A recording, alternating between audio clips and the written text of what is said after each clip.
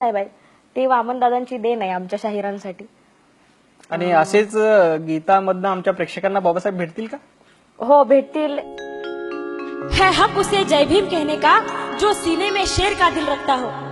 है हक उसे जय भीम कहने का जो सीने में शेर का दिल रखता हो और सीना चीर के देखे तो लहू भी जय भीम पुकारता हो. पर बुजुर्गों से पूछो कि भीम कभी हारे थे? आज बस हार ही हार है, सिर्फ जय भीम के नारे हैं. आणि म्हणून शाहीर म्हणताय, भीम बाबाच्या नावानं कसा बाजार भरला, झाला घायाळ गा भीम,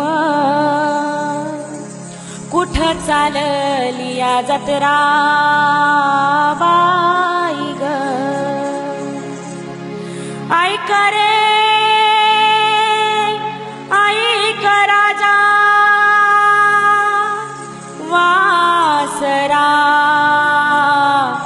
भीमाईचा लेकरा.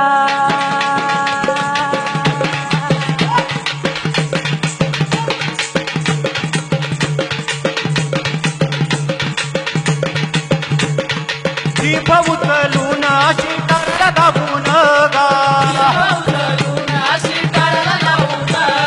दीप उचलून शिकाराला लावून गा. जय भीमण्याची आपलं रगात तपासा, या देशामध्ये प्रबोधनाची क्रांती, वर्णांताची क्रांती बुद्धानं करून दाखवलेली आहे.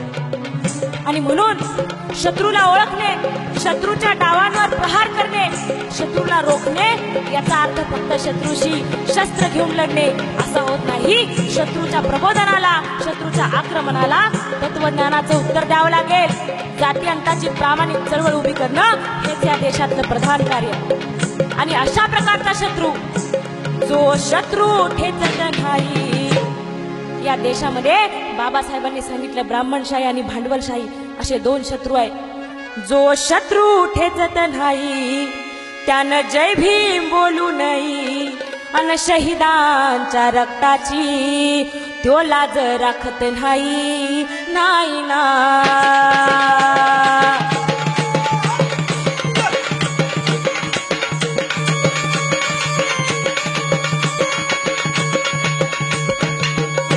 शहीदांचं निळस पान लाल डोळ्यात जागवा, अन नव्या युगाचा भीम आता नव्यानं घडवाना.